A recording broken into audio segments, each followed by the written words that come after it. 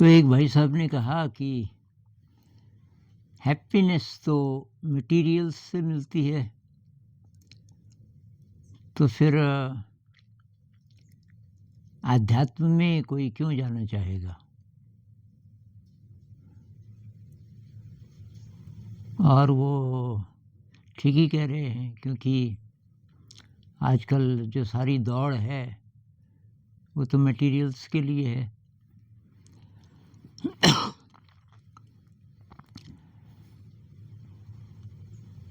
लेकिन मटेरियल्स से हैप्पीनेस तो नहीं मिल सकती। प्लेजर मिल सकता है, सुख मिल सकता है।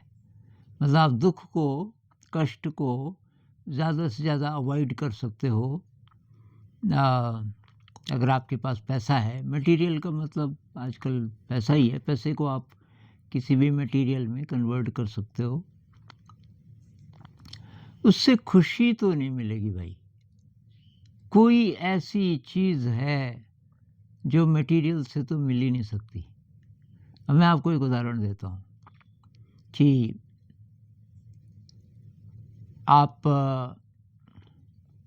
बहुत ठीक ठाक घर के हो, माता पिता खूब रईस हैं और सब सुख सुविधाएं हैं, सब ठीक ठाक है। अब आपको प्यार हो जाए किसी लड़की से और वो बहुत गरीब है, उसके घर की हालत बहुत ख़राब है, एक छोटा सा मकान है किसी स्लम में और उसकी छत लीक करती है जब बारिश होती है, लेकिन आपको प्यार हो गया। और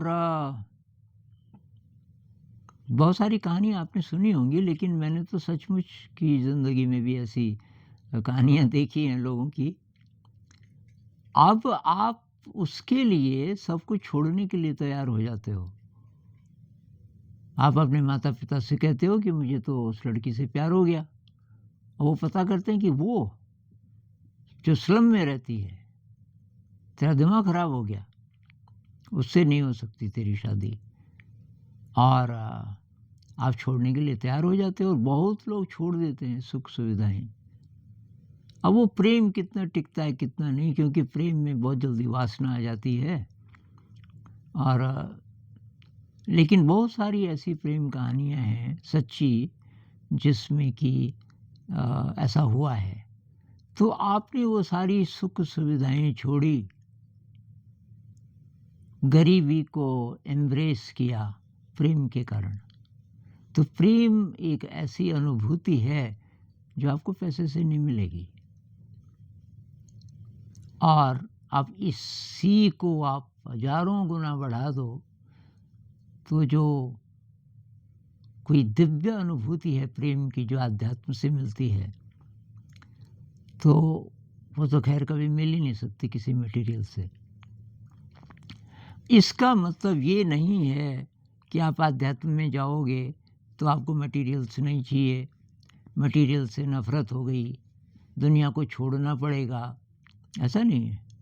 आप जो भी कर रहे हो वो सब करते हुए आप धीरे धीरे आध्यात्म को भी एक्सप्लोर कर सकते हो। ये आध्यात्म ऐसा फील्ड है, इसके लिए कोई छोड़ने की ज़रूरत नहीं है। तो जिन्होंने छोड़ा, क्यों छोड़ा? बुद्ध ने क्यों छोड़ा? वही घर पे पॉसिबल नहीं था। अब सारे घर वाले अगर इसके दुश्मन हो आध्यात्म के, तो आप क्या करोगे? बुद्ध के साथ तो ऐसे ही था ना। बचपन से पिताजी ने ऐसा इंतज़ाम किया था कि इसको भनक न पड़े कि कुछ और भी है जीवन में सुख सुविधा के अलावा। क्योंकि ये तो छोड़ के, ज्योतिषियों ने बोला था कि ये या तो चक्रवर्ती सम्राट बनेगा या फिर ये साधु बन जाएगा। तो ये साधु ना बन जाए, और वैसे वैसे लक्षण नज़र आते थे उसकी बातों से बचपन से ही। तो पिताजी बहुत अलर्ट थे, उसमें बहुत पहरे लगे रहते थे। शादी के बाद शायद वो थोड़ा सा उन्होंने सोचा अब तो कहीं नहीं जाएगा, तो क्यों गया छोड़ के? महावीर क्यों गए? ये तो राजकुमार थे। और ऐसे बहुत सारे केसेस हैं, और इतिहास में नहीं, अभी लाखों की संख्या में ऐसे युवा हैं ये कुंभ के मेले में आप देख रहे होंगे कि कोई कोई बहुत पैसा कमा रहे थे, यंग हैं अभी और बाबा बन गए। तो वहाँ से ये इमेज बनती है कि संसार छोड़ना पड़ेगा क्या अध्यात्म के लिए, कि कोई बाबा बन गया सब छोड़ छाड़ के। वो इसलिए कि शायद वहाँ अनुकूल परिस्थितियाँ नहीं थी, जहाँ वो रह रहे थे वहाँ रहते हुए वो काम करते हुए वो आध्यात्म की दिशा में बढ़ नहीं पा रहे थे। तो तब तो छोड़ना पड़ेगा, तब क्या करना है। लेकिन छोड़ने की ज़रूरत नहीं है, अगर बचपन से माता पिता भी सपोर्ट करें कि बेटा एक और दिशा है, कर ले, तो ये जो तू कर रहा है ये संसार के लिए ज़रूरी है, लेकिन एक और भी दिशा है, उसको मत भूलना। और उसको हम साथ साथ एक्सप्लोर कर सकते हैं और अपने काम के साथ उसको मिला सकते हैं। तो हमने तो वही किया, हम तो स्कूल चला रहे थे, स्कूल के साथ साथ हमने ये आध्यात्म को जोड़ दिया। किसी धर्म को नहीं, धर्म तो फिर वो डिवाइड करता है ना, धर्म नहीं, आध्यात्म। तो कैसे हमने मेडिटेशन और मेडिटेशन को सपोर्ट करने के लिए क्रिएटिविटी, इनका समावेश कर दिया अपने जीवन में भी और बच्चों के भी। कोई बाधा नहीं आई, बल्कि और अच्छा रहा, काम भी हो रहा है और स्कूल भी बढ़िया चल रहा है। और ये गरीब बच्चों के लिए स्कूल है, वो मतलब फीस फूस तो दे नहीं सकते, उसके लिए भी हम सपोर्ट जुटाते हैं। लेकिन हमारी जो आध्यात्म की यात्रा है वो सेंटर में है। और ऐसा हो सकता है कि आप कुछ भी करते हुए, अब ये है कि हर प्रकार का काम अब नहीं करोगे आप। कोई कोई ऐसा काम है बहुत स्ट्रेसफुल है, केवल पैसे के लिए लोग करते हैं कुछ कुछ काम, वो आप नहीं करोगे। आप ये देखोगे कि भाई मेरा बॉडी माइंड सही स्थिति में रहे और मेरी चेतना विकृत ना हो जाए यहाँ रहते हुए, ये आप ध्यान रखोगे। लेकिन ये सब हो सकता है, संसार में रहते हुए बहुत सारे लोग हैं। एक किसी ने किताब लिखी थी ना, Buddha at the petrol pump, gas pump, Buddha at the gas pump, ऐसी कोई किताब देखना। तो उसका मतलब यही था कि आम जिंदगी में आपको कई बुद्ध नज़र आ जाएंगे, मतलब पता करना पड़ेगा कि कौन है।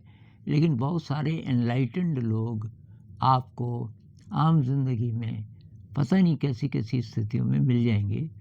वो कॉरपोरेट सेक्टर में भी हो सकते हैं और वो किसी बहुत छोटे से मामूली से जॉब में भी हो सकते हैं।